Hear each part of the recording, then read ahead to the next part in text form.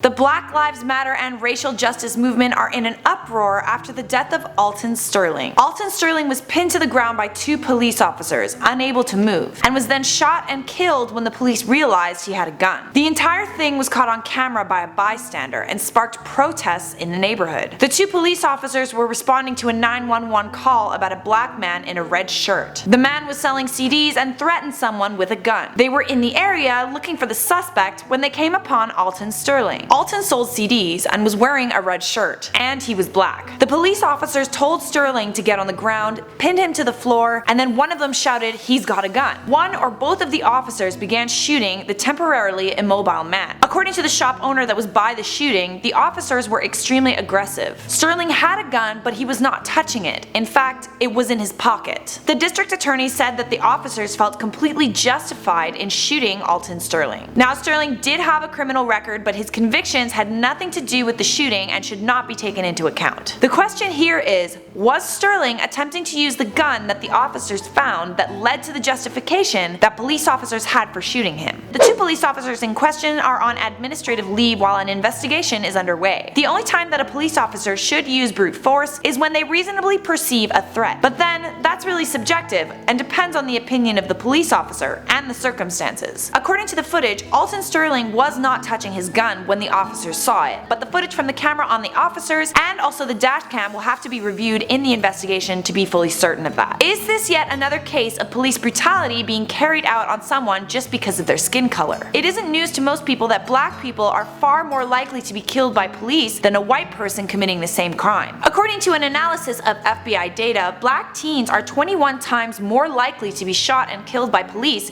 between 2010 and 2012 than white teens. According to some studies, there's actually a subconscious bias against black suspects that occurs for police officers. Apparently in video game simulations, officers shoot black suspects much quicker than white suspects. As it stands right now, there isn't really a way to punish police officers that abuse power, and in fact are pretty much able to do whatever they want without fear of punishment. Police are rarely prosecuted for shootings, and if they are charged, they are rarely convicted. That kind of power can be and is damaging to the soul. The only ways to fix this issue is with better training and fear of punishment for abusing power for the police officers. Alright guys, I want to know, do you think that police officers should be trusted to the point of being completely immune to punishment? Have you ever seen a police officer abuse power? Why don't you write your responses down below. Alright guys, that's all for now. Thanks for watching I.O. I'm Charlotte, and why don't you click one of these 2 videos right over here to keep watching I.O.